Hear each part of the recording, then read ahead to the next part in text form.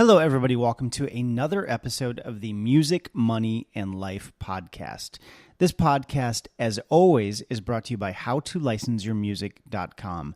If you make music and you'd like to learn how to make money licensing your music, visit howtolicenseyourmusic.com today. When you go there, there's a link to get a totally free 202-page ebook all about how to make money licensing your music in TV shows, films, ads, and more. In today's episode, I speak with Heather Gardner, who is the head of music supervision and licensing for a company called Vapor RMW out of Toronto, Canada.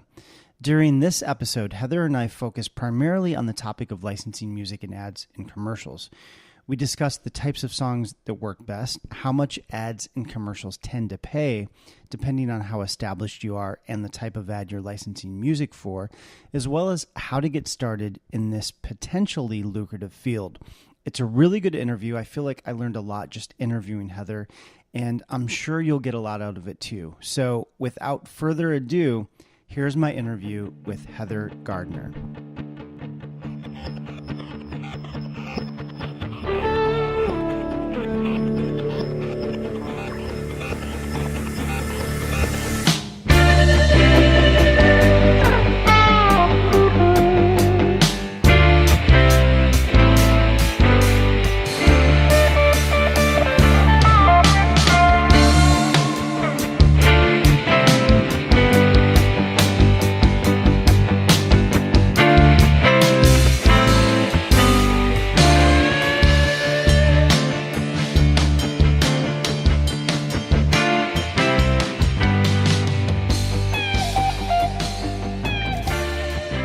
Hello, everybody. Welcome to another episode of the Music, Money, and Life podcast. Today, I'm speaking with Heather Gardner, who is the head of music supervision and licensing for a company called Vapor RMW out of Toronto. How are you doing today, Heather? Good, thank you. How are you? I'm doing great. I'm looking forward to our conversation. And let's do this, Heather. Let's start by, if you could, tell us a little bit about Vapor RMW, how long you've been there, and the types of licensing and placement you guys do there. Sure. So Vapor RMW is a full-service audio company located in Toronto and Vancouver in Canada. So we do everything from original composition, music supervision and licensing, obviously, sound design, voice direction, casting, pretty well, you name it, from the gamut of any audio service that a client could need. Largely in advertising, in television, both scripted, unscripted, as well as animated work. We do work in film and in some video games as well. So we're doing a whole bunch of different things. On the music supervision and licensing side, we do a lot of advertising work for projects ranging from large car commercials to technology to some really neat opportunities lately that we've had to license some bigger name copyrights and recreate new versions. We also work on a number of television series that air in Canada and internationally, working on some independent film right now. We've done some great video game work in the past. So we do a whole ton of stuff. I've been here for about 7-8 years now, and we've certainly shown no signs of slowing down. Excellent. So why don't we jump right into talking about advertising? I've had a couple people on my podcast over the last couple of years that sort of focus on advertising and commercials. But for the most part, you know, my courses and this podcast and my website have really focused more on the TV and film end of things. So that was one of the reasons I wanted to bring you on today, Heather, was to sort of pick your brain about licensing music and ads and commercials. Can you tell us a little bit about how that differs from TV and film licensing? Definitely. Licensing music for advertising, it's a bit more of a high-stakes game. A lot of money is put into every ad campaign, whether it's a high-budget campaign or a low-budget campaign. You're still putting a ton of money in. So every song selection, because you only get one per spot as opposed to multiple per episode or multiple in a film has a lot more weight to it, because you could make or break your entire campaign, which you've potentially spent millions of dollars on, with the wrong song choice. So oftentimes we are tasked with finding a bigger name song with more recognizability in advertising, because there's a cachet to that, and a client may be looking for something that they hear, or the viewer hears from the kitchen, hears a song they know, walks back to the television to see what that was, getting them to pay attention to their product. Other times they want the exact opposite, where we're looking for something new and exciting for a brand that is new and exciting, so that they are able to align that with their brand image. And then other times we get to combine the two, which is really fun, that we are looking for a recognizable copyright, but we are creating a new version or licensing a cover or doing something new with that song. So you have both that recognizability factor, but you also have that new and exciting factor, which is kind of the best of both worlds and is a lot of fun for us on our end. But generally you're working with more money than you would be in film and television, which is nice, but you're also working with bigger asks. You're working with more value for each of those spots. So it's not necessarily that you have all this freedom because you have more money, because you have more restrictions on you as well. That makes sense. And would you say, because there is more money, because the budgets tend to be a lot larger, is there a proportionate amount of competition? Is there more competition for these types of spots because they're more lucrative? There are obviously the spots that, as a songwriter or as a music creator, you want to get because there is more money involved. And there are less of them just because you have a brand that's creating a handful a year, as opposed to we might be doing a TV show that has 4 tracks licensed per episode and then 13 episodes. So we're getting to license a lot less music per brand, but they are bigger spots per brand. So they're definitely something that an artist is looking to be a part of and is very excited about. That being said, you're usually looking for something very specific. So the bands that you would necessarily be competing against, to get those placements, it's a smaller pool for each one. We're usually given a lot more criteria than we would be in film, television, and there's a little bit less room to flex with those criteria. We're often looking for specific lyrics, where in film, television, it's not always as important what the lyrics are so much as the overall vibe and the mood that it creates. But in advertising, lyrics are incredibly important, because you have maybe a few seconds in a 30-second spot to get a hook out, and if you're going to use lyrics, they need to be the right ones. So often we're working with a smaller pool to start with, because we have it narrowed down based on budget, based on lyrics, based on the terms that we need. We're able to kind of break it into smaller chunks, but people are definitely wanting to be involved in the advertising world. Yeah, for sure. And can you talk a little bit about what the types of songs that tend to work best for advertising, what those types of songs are like stylistically and lyrically? Can you kind of tell us what some of the common themes are? It really goes in waves, which is interesting, that you'll go through phases where you'll seem to be hearing the same song all the time in advertising, and then a few years later you won't hear anything like that.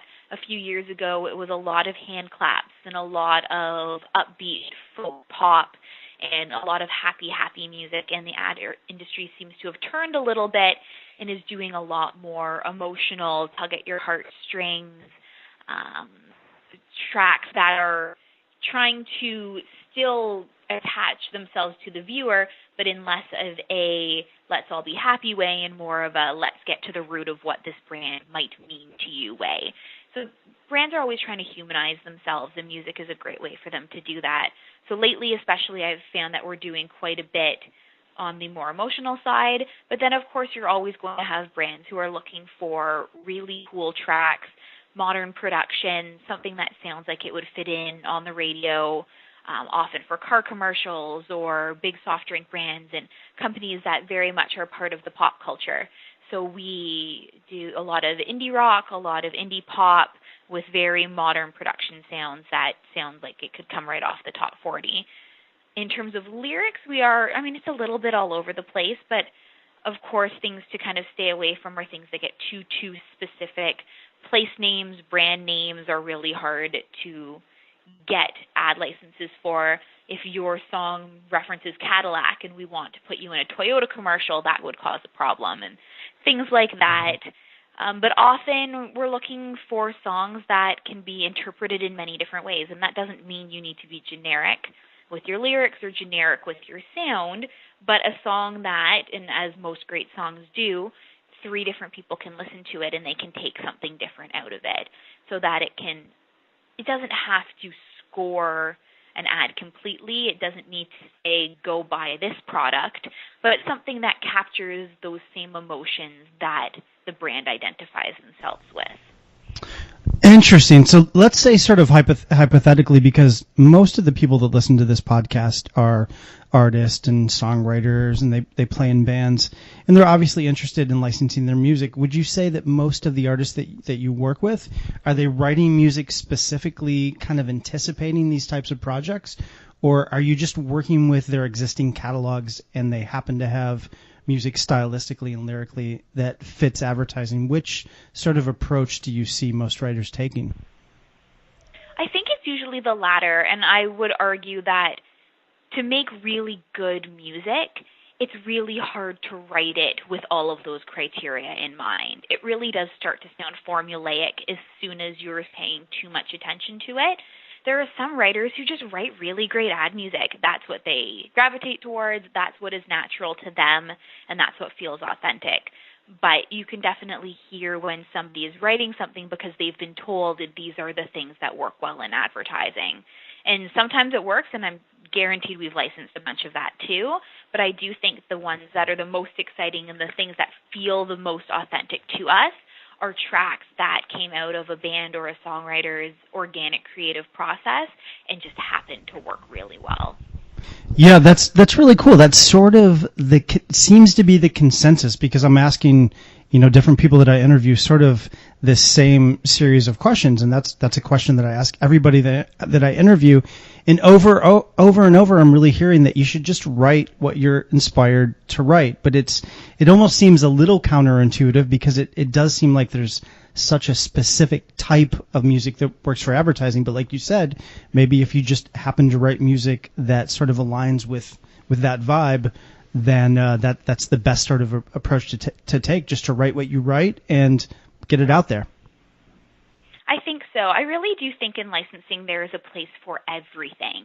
There are more places for certain things, but we've licensed everything from Russian hip-hop to heavy metal to punk to any of those fringe genres that you really wouldn't necessarily think you'd find a spot for. There are spots for everything, but I think when somebody who writes in one genre starts trying to write in something different just so that they can have the commercial viability of writing for advertising, it really does start to feel like they are writing for advertising. And it's hard, and we find it on the original side too. You're trying to find writers who can write for advertising without sounding like they're writing for advertising. And sometimes that's in the production element, sometimes that's in making things sound a little bit more like a song than a score, but there's definitely tricks and tips to it that as you write more, you can kind of figure out. But I do think the best tip for anybody is to write what you write and write it well.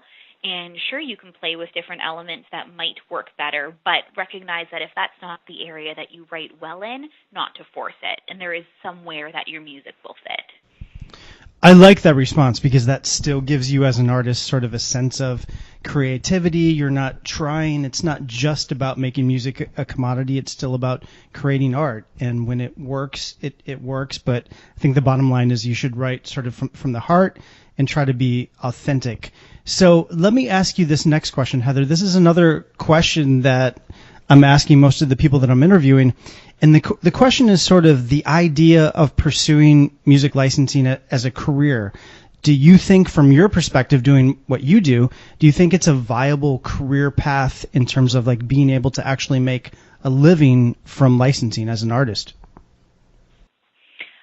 I think like any element of your career as an artist, right now especially, I don't think you can rely on one area specifically to be the bulk of your income. I think it is something that can be incredibly commercially viable, and something that if you're able to get into a good good kind of routine, that you're able to connect with the right people and they keep coming back to you, you've got a diverse catalog, that there is definitely the potential for it. But I think there's also a lot of misunderstanding that you can land 1 or 2 sync placements and all of a sudden that's all you need to do for the year. Often, especially in Canadian film and television, a lot of the licenses we're doing are a few $100s here, a few $100s there, a little bit of back end, but there's certainly nothing, unless you are licensing a ton of music, that would pay your rent for the year. And ads are great. If you land 1 or 2 of those, that's awesome, and you're able to do a little bit more with that. But oftentimes we are looking for the bigger artists for our ad campaigns, just for creative reasons more so than anything else. So I would never rely on it exclusively as a form of income. And I think the most exciting stories for us when we're licensing artists is an artist or a band that is touring, that's developing buzz in other areas of their career, just released a really cool video, and that we're able to pitch to our client saying, look at this story, they are buzzing, they're building, they're getting all of this attention. Attaching that onto your brand would be beneficial for you and not just beneficial for the band to have their song in this ad campaign. So it really does work as a full package and helps us find artists too when we hear them on a Spotify viral chart, or they pop up on Hype Machine, or you see them in another music blog, or hear a friend refer them to you. Those are the people you're going to get excited about because they have a story.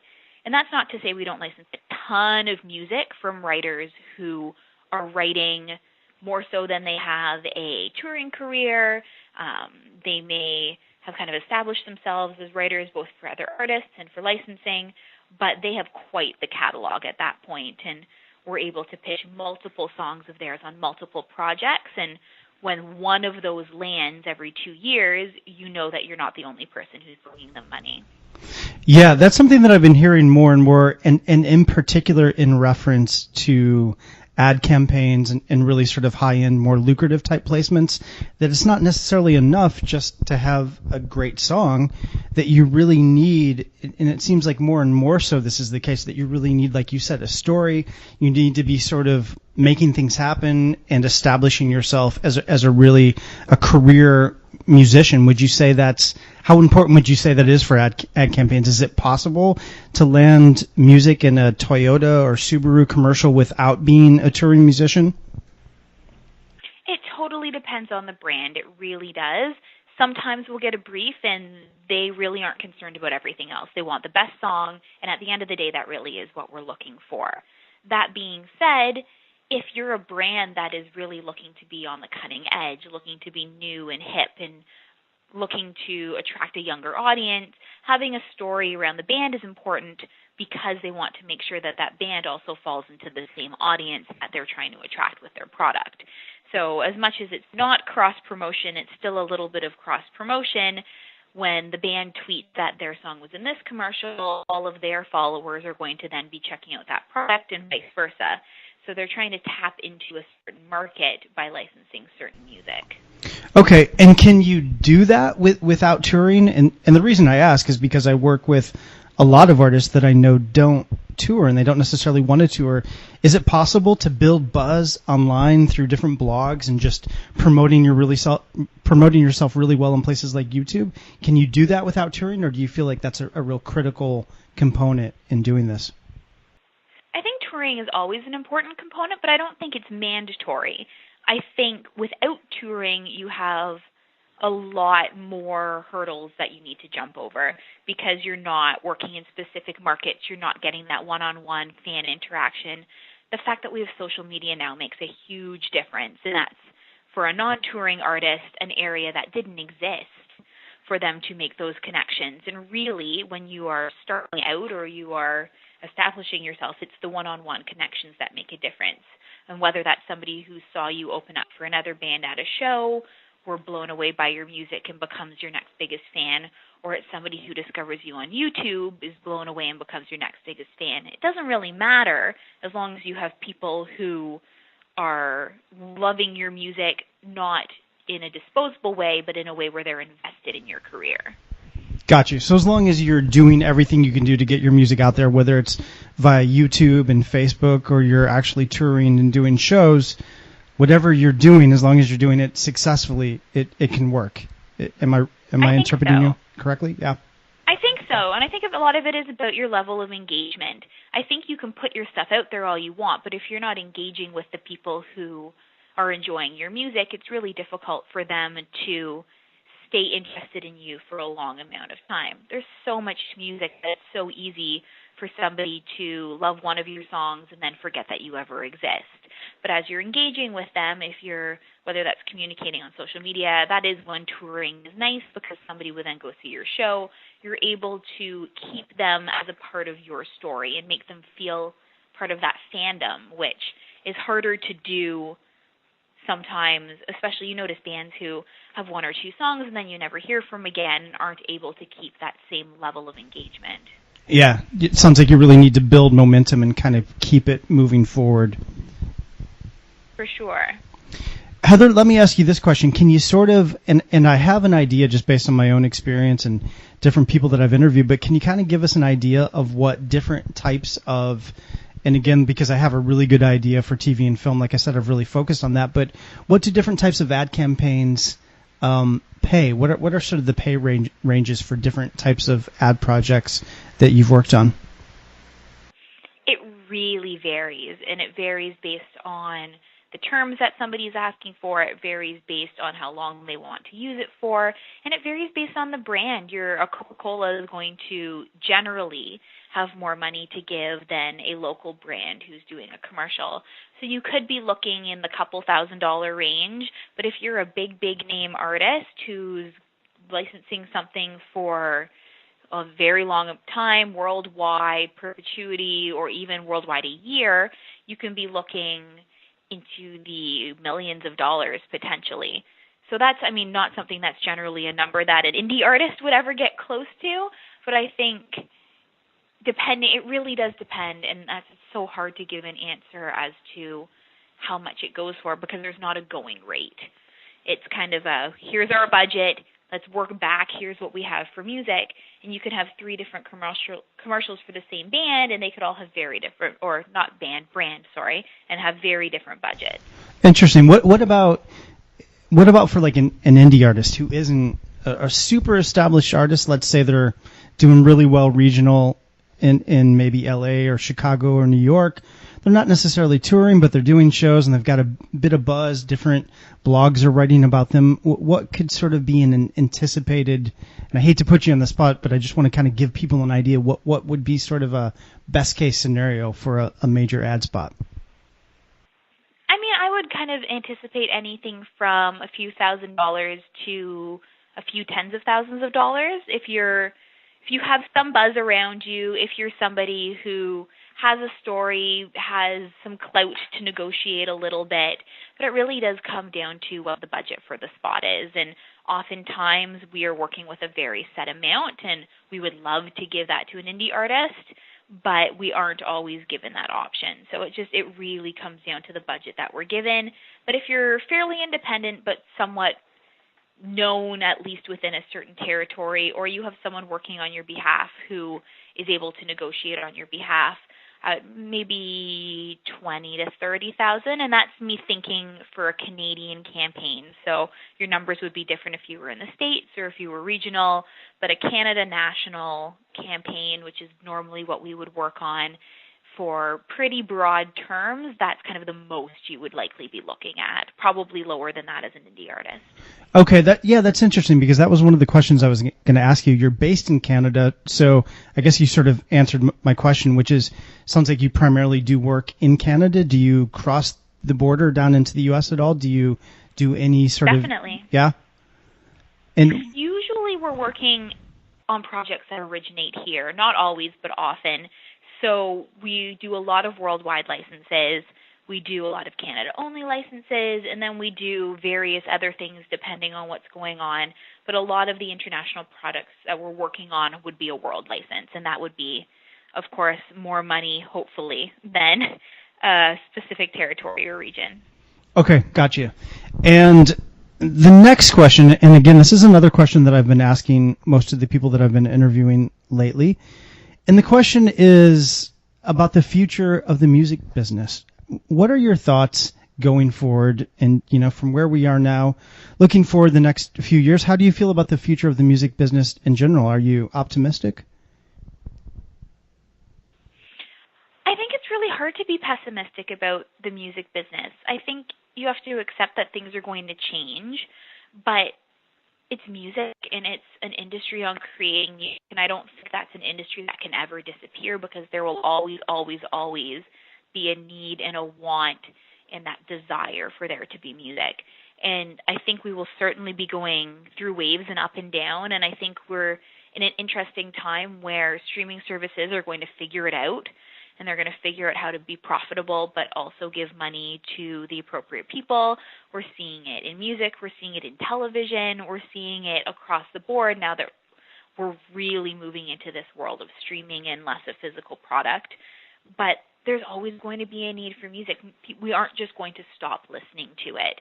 And so there will always be that desire, and it's just kind of a matter of figuring out how do we consume in a way that lets us be a consumer and not just a user of someone's product. And so they are getting money for whatever they're doing. And I think that's when I was talking about having to have your hat in different areas, whether it's not just licensing, but touring. And I think the expectation that you can make money in one area of the industry is certainly faded. So having to diversify, and that's when you see a lot of artists trying to get into licensing because it's not something they've done before, but it's this new area that could potentially provide them with some income, which is exciting to see all these new bands who may have once thought having their music in an ad campaign was selling out, but are now really excited about the prospect of partnering with brands and doing these very interesting connections where they can get their music out to a lot of people in a very different way. Yeah, absolutely. And like you said, it can still be a very creative and artistic endeavor. You're not necessarily selling out just because you have a song and a commercial. It can still come from a very authentic place, and it can help you sustain yourself at the same time. I think if you are an artist who wants to make a living based on making music, then you need to kind of forget this whole idea of selling out. There is nothing wrong with wanting to make money by doing what you're doing. And there's nothing wrong with wanting to be able to make a career out of your passion and your talents. And whether that happens to be music or art or whatever it is, you need to get money from it somehow. And whether that was selling records, whether it's selling concert tickets, you're still selling. So associating yourself with a brand is really no different. It is somebody else who is buying your music. It just happens to align with what they think their brand vision is too. Sure. And even, back in the day when bands made money through different revenue streams and maybe more from selling CDs, they're still selling to people that work for corporations. So it's kind of like the money ultimately comes from the same place in a sense. Yeah, I think you either need to want to make money from it or you have to not be making money at all from it. There is a very kind of fine line there where I do respect people who say no to licensing opportunities based on moral reasons. They don't want to be in a commercial for a particular restaurant because they're vegan, or they have other beliefs like that where the brand goes against their personal beliefs. I'm totally accepting of anybody who says no to a campaign or a spot for any of those reasons. But I think the idea that they just don't want to be seen as making money for their music is kind of silly because all you want to do is make money for your music. Yeah, I concur 100%. I mean, if you're not making money from music and you're not able to sustain yourself, you can't keep making music. And so for me, I always look at it as the goal isn't necessarily to make a ton of money, but it's to make enough to make the whole endeavor sustainable so that I can keep making music and hopefully keep making better and improved music. So, of course, you need to make money to do that. So my last question for you, Heather, is the artist that you signed, what's your submission policy? Do you have an open submission policy? How can artists submit music to you?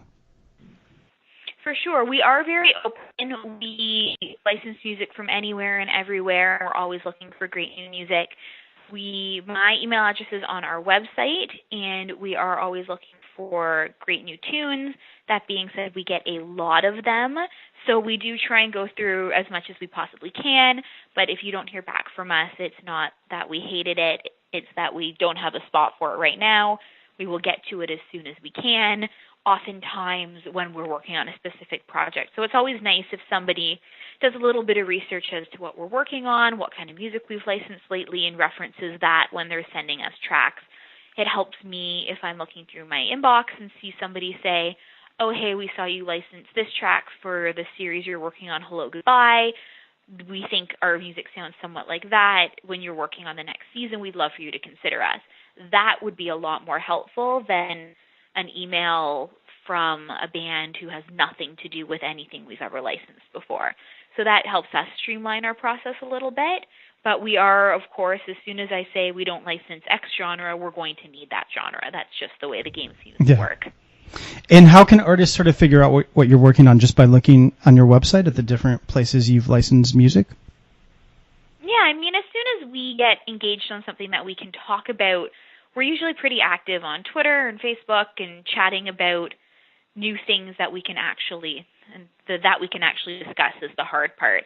In advertising, normally we can't talk about a campaign until it's on air, so it's difficult to pitch to somebody for a particular brief because we will be way past that by the time you know that we're working on it.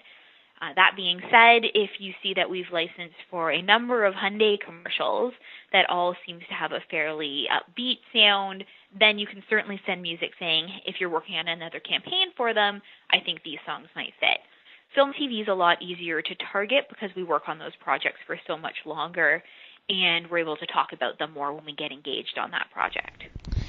Excellent. Well, listen, Heather, thank you so much for doing this. I really appreciate you taking the time today. I want to tell everybody where to find out more about you. Your website is vapor-rmw.com. Vapor-rmw.com. All of your contact information for yourself and everybody else is right on your website. Heather, thank you so much for doing this. I really appreciate it. Thank you. I feel like I learned a lot today. Thank you for having me. This was fun. Excellent, Heather. I will send you this when it's up on my website, and let's keep in touch. Awesome. Thanks, Heather.